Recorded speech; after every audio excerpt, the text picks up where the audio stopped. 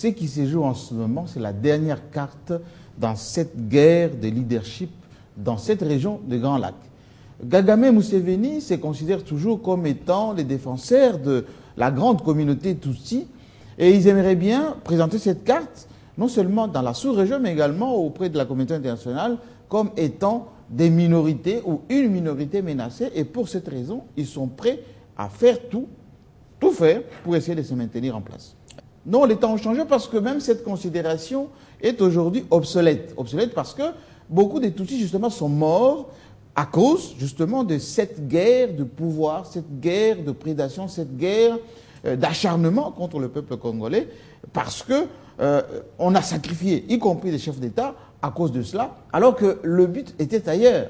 Maintenant, la communauté internationale a compris que les subterfuges, les mensonges, cette façon de se déguiser en victime, c'est bien terminé depuis longtemps. Et il faut maintenant reconsidérer la région de Grand Lac pour que les choses changent, pour que le peuple se retrouve, pour que l'économie puisse repartir de plus belle. Et bien, ce qui change, c'est que depuis que le chef d'État a prononcé son discours, qui a été salué d'une manière extraordinaire, notamment à l'Est et à Goma, par cette intransigeance vis-à-vis de groupes armés, mais en réalité c'est vis-à-vis du Rwanda et de l'Ouganda.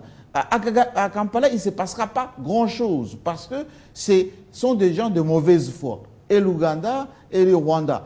Ils disent que les gens à Kampala, en réalité, ils renforcent leurs troupes qui ont traversé, qui continuent à traverser d'ailleurs, sur notre sol depuis 48 heures maintenant. Ce qui s'est passé cette nuit, c'est qu'ils ont voulu anticiper, et à Kungu et du côté des Kamao, pour essayer de déstabiliser les forces de la République démocratique du Congo, peine perdue parce que, je vous rappelle, aux dernières nouvelles, que ces positions ont été non seulement reprises par FARDC, mais qui sont en route, les forces congolaises, vers, cette fois-ci, Kibumba, qui risque d'être occupé dans pas longtemps, enfin récupéré par les Congolais dans pas longtemps, avec le soutien de la MONUSCO, parce que, pas plus que ce matin, 2 hélicoptères de la MONUSCO ont décollé de Goma vers le front. Donc les choses ont changé cette fois-ci. Parce que si vous avez écouté le représentant de la MONUSCO hier, il a dit où ils déposent des armes, c'est-à-dire, en réalité c'est le Rwanda, mais s'ils ne le font pas, on va le faire par la force. Non, ce qu'il faut comprendre, c'est pour ça qu'on parle des dessous de cartes, c'est qu'il y a un message très important qui a été lancé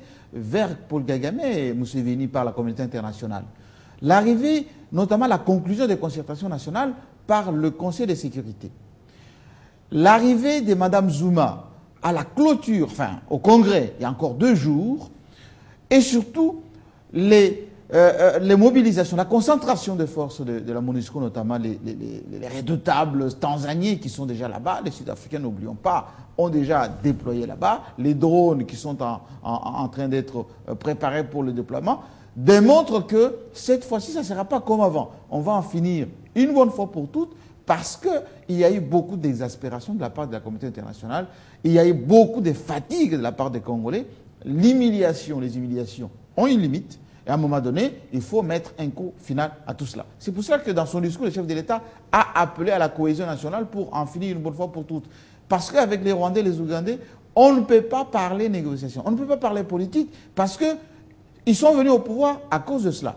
Il faut quand même se rappeler que Museveni est au pouvoir, c'est grâce notamment au maréchal Mobutu.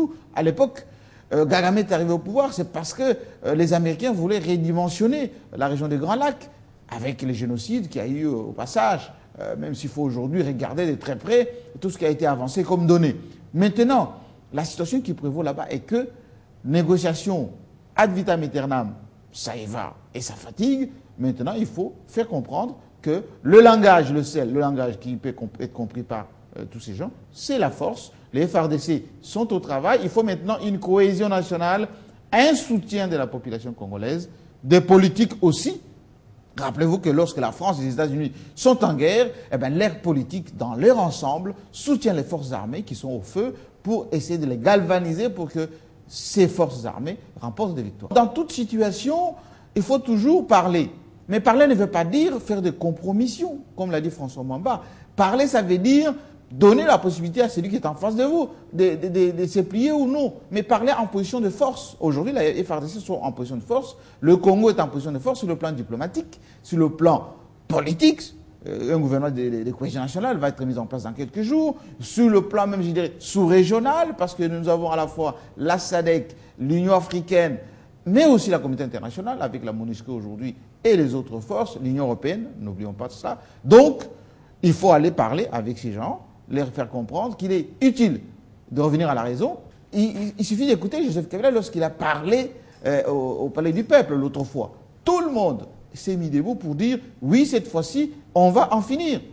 L'autre soutien, c'est les FARDC qui montent en puissance. Parce qu'on en a tellement parlé de ces FARDC, on les a tellement humiliés, on a tellement dit du mal de ces FARDC qu'il y a un sursaut d'orgueil maintenant de la part des Congolais qui veulent maintenant en terminer parce que quand même, nous sommes plus de 70 millions d'habitants, nous avons suffisamment de moyens. Le Rwanda, c'est un pays pauvre, un petit pays, mais il faut faire comprendre à la communauté internationale qu'on ne peut pas se faire humilier tout le temps par des gens qui sont foncièrement de mauvaise foi. Et les dessous des cartes de la sous-région, c'est que le leadership est aujourd'hui accordé à la RDC pour que la RDC joue son rôle de pacification. Parce que la FARDC, nos forces armées, n'ont pas des visées expansionnistes pour aller occuper des territoires rwandais, mais c'est plutôt protéger nos territoires. Frantz Fanon le disait, le FARDC, c'est un peu la gâchette qui va faire déclencher, si vous voulez bien, le développement de l'Afrique. Regardez ce qui se passe en Tanzanie, regardez ce qui se passe au Congo-Brazzaville, regardez ce qui se passe même à l'Est. Le Rwanda vit grâce à l'économie congolaise, grâce aux matières premières congolaises. Par exemple, là, on a classé le Rwanda dans le pays émergent, dans le pays où il y a une économie forte. Pourquoi? Parce que les minéraux traversent, parce que le produit agricole traverse. Mais il y a beaucoup de Rwandais qui ont des fermes dans les Massissi. Tout ceci contribue à l'économie congolaise. Il suffit qu'on ferme la frontière, il suffit qu'on coupe tout ceci, et bien vous allez voir que tout le monde va revenir à ses propres réalités, c'est-à-dire la culture des patates douces et tout le reste.